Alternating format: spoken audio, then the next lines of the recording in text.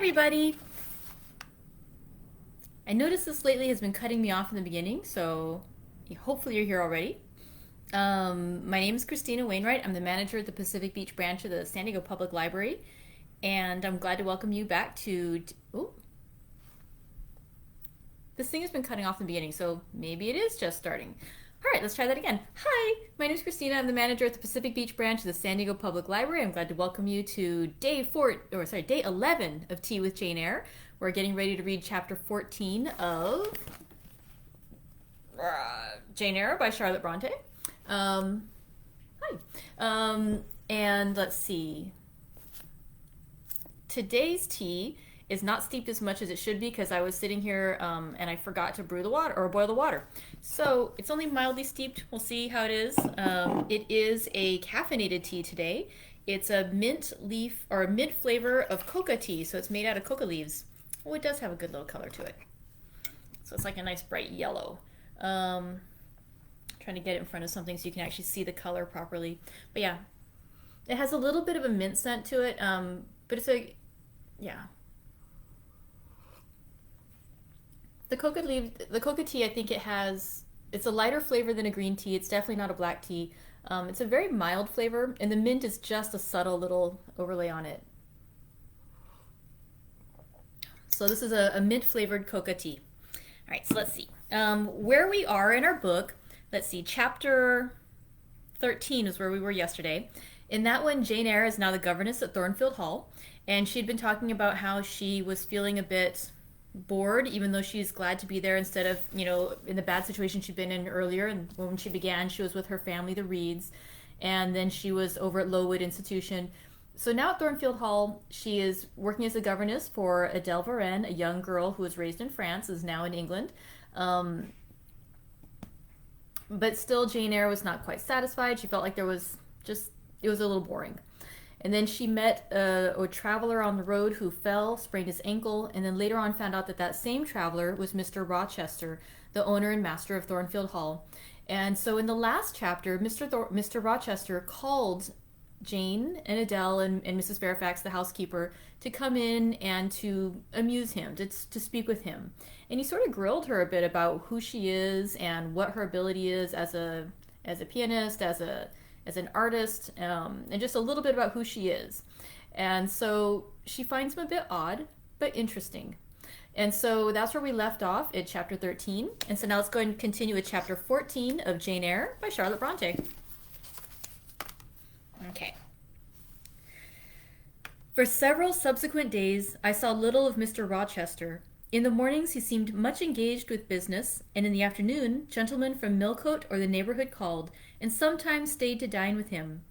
When his sprain was well enough to admit of horse exercise, he rode out a good deal, probably to return these visits, as he generally did not come back until late at night. During this interval, even Adele was seldom sent for to his presence, and all my acquaintance with him was confined to an occasional rencounter in the hall, or the stairs, or in the gallery, when he would sometimes pass me haughtily and coldly, just acknowledging my presence by a distant nod or a cool glance, and sometimes bow and smile with gentle manlike affability.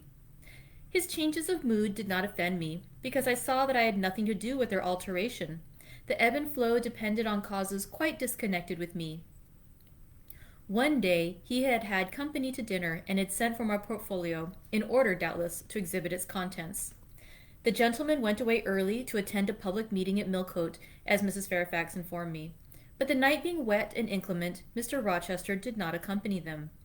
Soon after they were gone, he rung the bell. A message came that I and Adele were to go downstairs.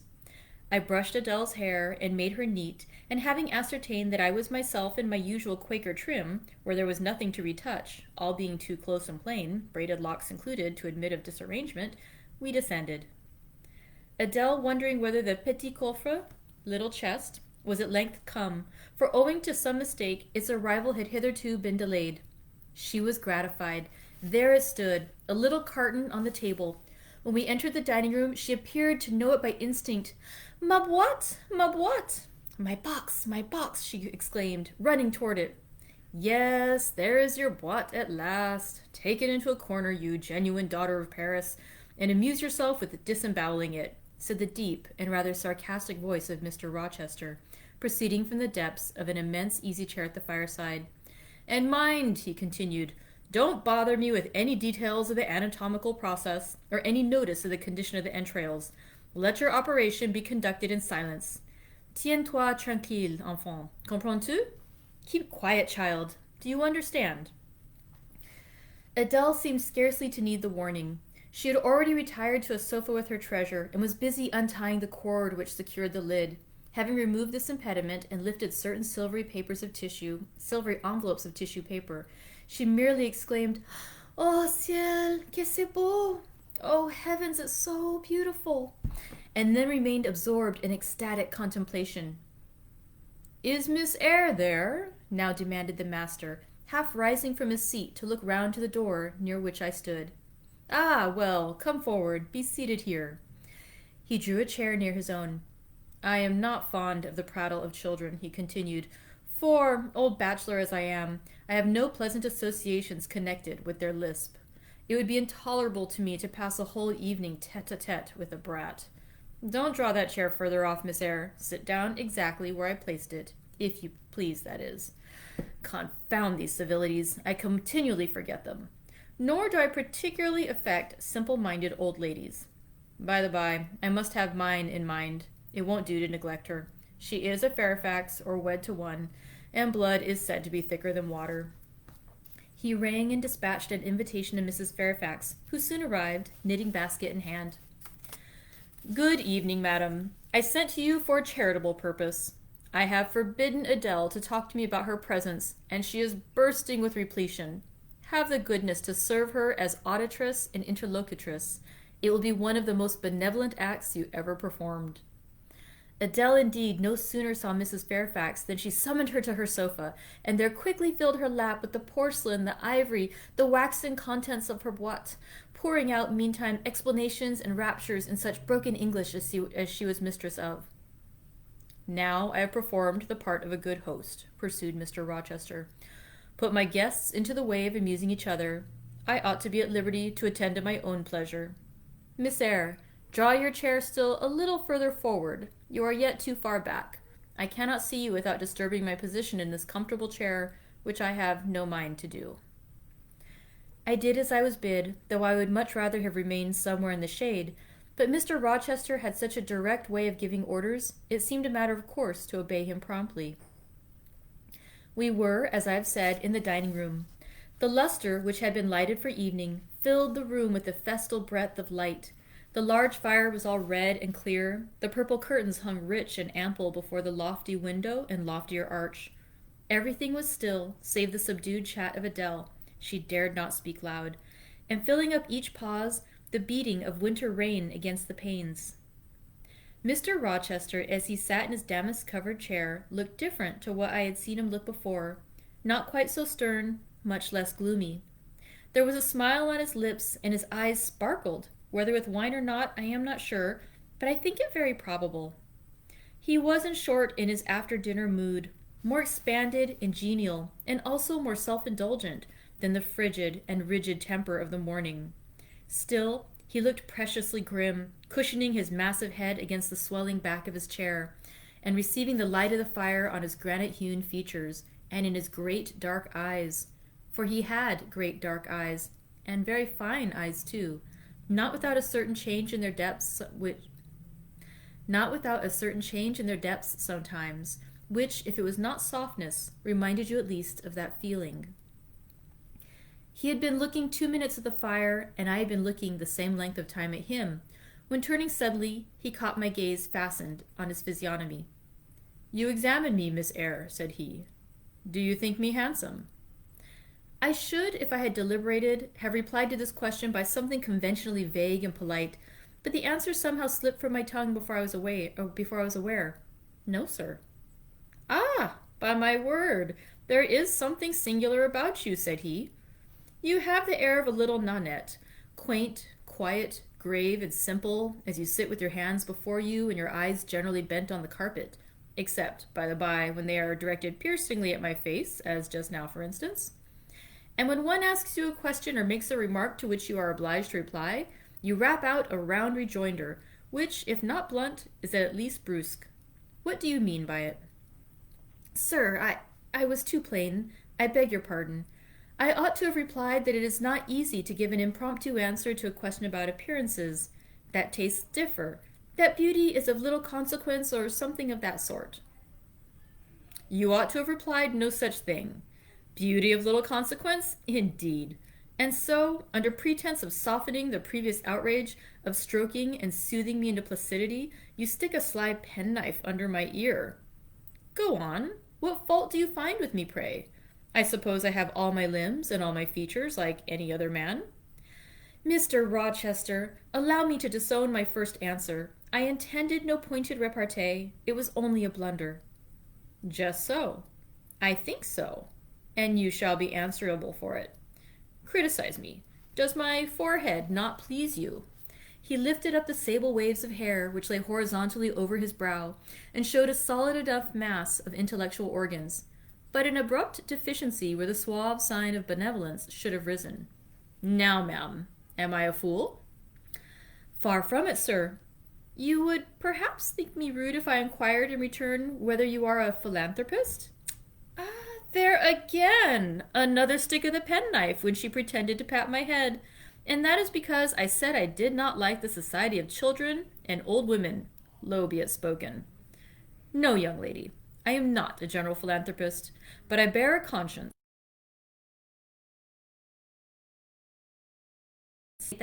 and which, fortunately for him, were sufficiently conspicuous, giving indeed a marked breadth to the upper part of his head.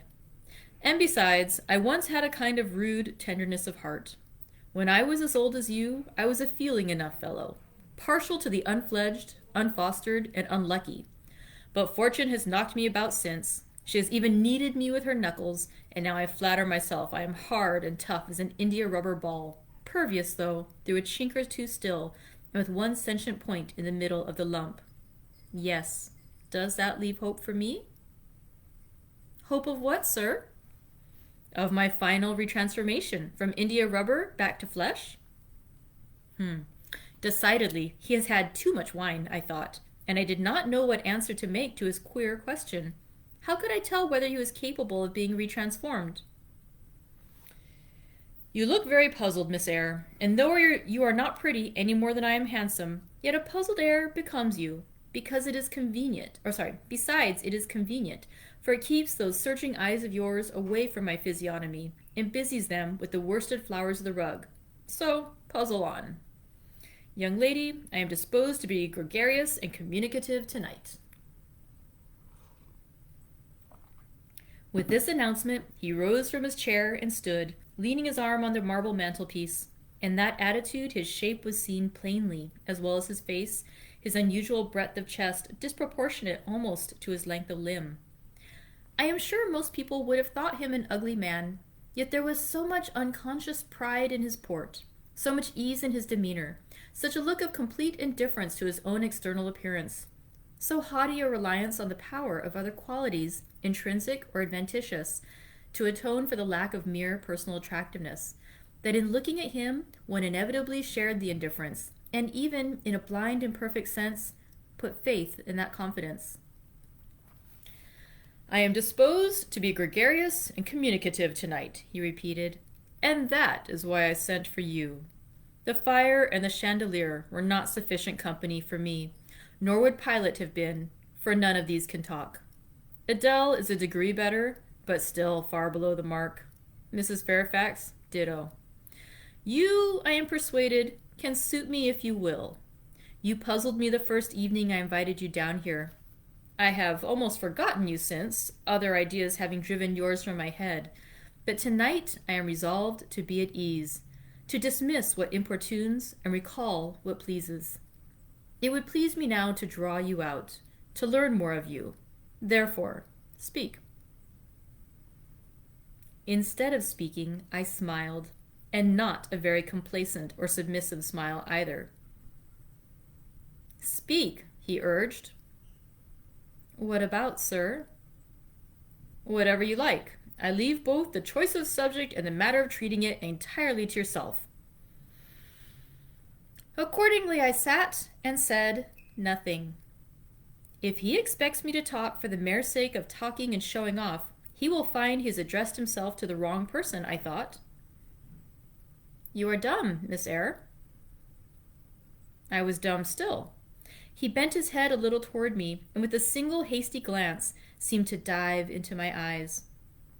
Stubborn, he said, and annoyed. Ah, it is consistent. I put my request in an absurd, almost insolent form. Miss Eyre, I beg your pardon. The fact is, once for all, I don't wish to treat you like an inferior. That is, correcting himself, I claim only such superiority as must result from 20 years' difference in age and a century's advance in experience. This is legitimate. Je tiens, and I insist on it, as Adele would say, and it is by virtue of this superiority, and this alone, that I desire you to have the goodness to talk to me a little now, and divert my thoughts, which are galled with dwelling on one point, cankering as a rusty nail. He had deigned an explanation, almost an apology. I did not feel insensible to his condescension, and would not seem so. I am willing to amuse you if I can, sir. Quite willing. But I cannot introduce a topic, because how do I know what will interest you? Ask me questions, and I will do my best to answer them. Then, in the first place, do you agree with me that I have a right to be a little masterful, abrupt, perhaps exacting sometimes, on the grounds I stated, namely, that I am old enough to be your father, and that I have battled through a varied experience with many men of many nations, and roamed over half the globe, while you have lived quietly with one set of people in one house? Do as you please, sir. That is no answer, or rather, it is a very irritating, because a very evasive one. Reply clearly. I don't think, sir, you have a right to command me merely because you are older than I, or because you have seen more of the world than I have. Your claim to superiority depends on the use you have made of your time and experience. Humph! Promptly spoken. But I won't allow that, seeing that it would never suit my case, as I have made an indifferent, not to say a bad use, of both advantages. Leaving superiority out of the question, then, you must still agree to receive my orders now and then without being piqued or hurt by the tone of command. Will you? I smiled. I thought to myself, Mr. Rochester is peculiar. He seems to forget that he pays me £30 per annum for receiving his orders. The smile is very well, said he, catching instantly the passing expression. But speak, too. I was thinking, sir, that very few masters would trouble themselves to inquire whether or not their paid subordinates were piqued and hurt by their orders. Paid subordinates? What? Ah, you are my paid subordinate, are you? Oh, yes, I had forgotten the salary. Well then, on that mercenary ground, will you agree to let me hector a little? No, sir, not on that ground, but on the ground that you did forget it, and that you care whether or not a dependent is comfortable in his dependency, I agree heartily. And will you consent to dispense with a great many conventional forms and phrases without thinking that the omission arises from insolence? I am sure, sir, I should never mistake informality for insolence. One I rather like, the other nothing freeborn would submit to, even for a salary. Humbug! Most things freeborn will submit to anything for a salary. Therefore, keep to yourself, and don't venture on generalities of which you are intensely ignorant. However, I mentally shake hands with you for your answer, despite its inaccuracy, and as much for the manner in which it was said as for the substance of the speech. The manner was frank and sincere. One does not often see such a manner. No, on the contrary, affectation or coldness, or stupid, coarse-minded misapprehension of one's meaning are the usual rewards of candor. Not 3 in 3,000 raw schoolgirl governesses would have answered me as you have just done. But I don't mean to flatter you. If you are cast in a different mold to the majority, it is no merit of yours. Nature did it. And then, after all, I go too fast in my conclusions. For what I yet know, you may be no better than the rest. You may have intolerable defects to counterbalance your few good points. And so may you, I thought. My eye met his as the idea crossed my mind. He seemed to read the glance, answering as if its import had been spoken as well as imagined. Yes, yes, you are right, said he. I have plenty of faults of my own. I know it, and I don't wish to palliate them, I assure you. God wot I need be too God wot I need not be too severe about others. I have a past existence, a series of deeds, a color of life to contemplate within my own breast, which might well call my sneers and censures from my neighbors to myself. I started, or rather, for like other defaulters, I like to lay half the blame on ill fortune in adverse circumstance, was thrust on to a wrong tack at the age of 21, and have never recovered the right course since. But I might have been very different. I might have been as good as you, wiser, almost as stainless. I envy you your peace of mind, your clean conscience, your unpolluted memory. Little girl, a memory without blot or contamination must be an exquisite treasure, an inexhaustible source of pure refreshment, is it not? How was your memory when you were 18, sir? All right, then. Limpid, salubrious, no gush of bilge water had turned it to fetid puddle.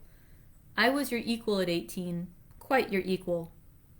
Nature meant me to be, on the whole, a good man, Miss Eyre, one of the better end, and you see I am not so. You would say you don't see it. At least, I flatter myself I read as much in your eye. Beware, by the by, which you express with that organ. I am quick at interpreting its language. Then take my word for it. I am not a villain. You are not to suppose that, not to attribute to me any such bad eminence. But owing, I verily believe, rather to circumstances than to my natural bent, I am a trite, commonplace sinner, hackneyed in all the poor, petty dissipations with which the rich and worthless try to put on life. Do you wonder that I avow this to you? Know that in the course of your future life, you will often find yourself elected the involuntary confidant of your acquaintances' secrets. People will instinctively find you out, as I have done, that it is not your forte to talk of yourself, but to listen while others talk of themselves. They will feel, too, that you listen with no malevolent scorn of their indiscretion, but with a kind of innate sympathy, not the less comforting and encouraging because it is very unobtrusive in its manifestations. How do you know? How can you guess all this, sir? I know it well. Therefore I proceed almost as freely as if I were writing my thoughts in a diary. You would say I should have been superior to circumstances. So I should. But you see, I was not. When fate wronged me, I had not the wisdom to remain cool. I turned desperate, then I degenerated. Now, when any vicious simpleton excites my disgust by his paltry ribaldry, I cannot flatter myself that I am better than he. I am forced to confess that he and I are on a level. I wish I had stood firm. God knows I do. Dread remorse when you are tempted to err, Miss Eyre. Remorse is the poison of life. Repentance is said to be its cure, sir. It is not its cure. Reformation may be its cure, and I could reform. I have strength yet for that. But where is the use of thinking of it, hampered, burdened, cursed as I am? Besides, since happiness is irrevocably denied me, I have a right to get pleasure out of life, and I will get it, cost what it may. Then you will degenerate still more, sir. Possibly. Yet why should I, if I can get sweet, fresh pleasure? And I may get it as sweet and fresh as the wild honey the bee gathers on the moor. It will sting, it will taste bitter, sir. How do you know? You never tried it. How very serious, how very solemn you look. And you are as ignorant of the matter as this cameo head, taking one from the mantelpiece. You have no right to preach to me, you neophyte, that have not passed the porch of life and are absolutely unacquainted with its mysteries. I only remind you of your own words, sir. You said error brought remorse, and you pronounced remorse the poison of existence. And who talks of error now? I scarcely think the notion that flitted across my brain was an error. I believe it was an inspiration rather than a temptation. It was very genial, very soothing. I know that. Here it comes again. It is no devil, I assure you, or if it be, it is put on the robes of an angel of light. I think I must admit so fair a guest when it asks its entrance to my heart. Distrust it, sir. It is not a true angel. Once more, how do you know? By what instinct do you pretend to distinguish between a fallen seraph of the abyss and a messenger from the eternal throne, between a guide and a seducer? I judged by your countenance, sir, which was troubled when you said the suggestion had returned upon you. I feel sure it will work you more misery if you listen to it. Not at all. It bears the most gracious message in the world. For the rest, you are not my conscience keeper, so don't make yourself uneasy. Here, come in, bonny wanderer. He said this as if he spoke to a vision, viewless to any eye but his own. Then folding his arms, which he had half extended, on his chest, he seemed to enclose in their embrace the invisible being. Now, he continued, again addressing me, I have received the pilgrim, a disguised deity, as I verily believe. Already it has done me good. My heart was a sort of charnel. It will now be a shrine. To speak truth, sir, I don't understand you at all. I cannot keep up the conversation because it has got out of my depth. Only one thing I know. You said you were not as good as you should like to be, and that you regretted your own imperfection. One thing I can comprehend. You intimated that to have a sullied memory was a perpetual bane. It seems to me that if you tried hard, you would in time find it possible to become what you yourself would approve, and that if from this day you began with resolution to correct your thoughts and actions, you would in a few years have laid up a new and stainless store of recollections, to which you might revert with pleasure. Justly thought, rightly said, Miss Eyre, and at this moment I am paving hell with energy. Sir? I am laying down good intentions, which I believe durable as flint. Certainly my associates in pursuits shall be other than they have been. And better? And better. As much better as pure ore is than foul dross. You seem to doubt me. I don't doubt myself. I know what my aim is, what my motives are. And at this moment I pass a law, unalterable as that of the Medes and the Persians, that both are right. They cannot be, sir, if they require a new statute to legalize them. They are, Miss Eyre, though they absolutely require a new statute. Unheard of combinations of circumstances demand unheard of rules. That sounds a dangerous maxim, sir, because one can see at once that it is liable to abuse. Sententious sage, so it is, but I swear by my household gods not to abuse it. You are human and fallible. I am. So are you. What then? The human and fallible should not arrogate a power with which the divine and perfect alone can be safely entrusted. What power? That of saying of any strange, unsanctioned line of action, let it be right. Let it be right. The very words. You have pronounced them. May it be right then, I said as I rose, deeming it useless to continue a discourse which was all darkness to me, and besides, sensible that the character of my interlocutor was beyond my penetration, at least beyond its present reach, and feeling the uncertainty, the vague sense of insecurity which accompanies a conviction of ignorance. Where are you going? To put Adele to bed. It is past her bedtime. You are afraid of me, because I talk like a sphinx. Your language is enigmatical, sir, but though I am bewildered, I am certainly not afraid. You are afraid. Your self-love dreads a blunder. In that sense, I do feel apprehensive. I have no wish to talk nonsense. If you did, it would be in such a grave, quiet manner I should mistake it for sense. Do you never laugh, Miss Eyre? Don't trouble yourself to answer. I see. You laugh rarely, but you can laugh very merrily. Believe me, you are not naturally austere, any more than I am naturally vicious. The Lowood constraint still clings to you somewhat, controlling your features, muffling your voice, and restricting your limbs, and you fear in the presence of a man and a brother, or father, or master, or what you will, to smile too gaily, speak too freely, or move too quickly. But in time, I think you will learn to be natural with me, as I find it impossible to be conventional with you, and then your looks and movements will have more vivacity and variety than they dare offer now. I see at intervals the glance of a curious sort of bird through the close-set bars of the cage. A vivid, restless, resolute captive is there. Were it but free, it would soar cloud high. You are still bent on going? It has struck 9, sir. Never mind. Wait a minute. Adele is not yet ready to go to bed yet. My position, Miss Eyre, with my back to the fire and my face to the room, favors observation. While talking to you, I have also occasionally watched Adele. I have my own reasons for thinking her a curious study, reasons that I may, nay, that I shall, impart to you some day. She pulled out of her box about 10 minutes ago a little pink silk frock. Rapture lit her face as she unfolded it. Coquetry runs in her blood, blends with her brains, and seasons the marrow of her bones. Il fait que je essaie, cried she, et à l'instant même. I must try it on, and right away. And she rushed out of the room. She is now with Sophie, undergoing a robing process. In a few minutes she will re-enter, and I know what I shall see.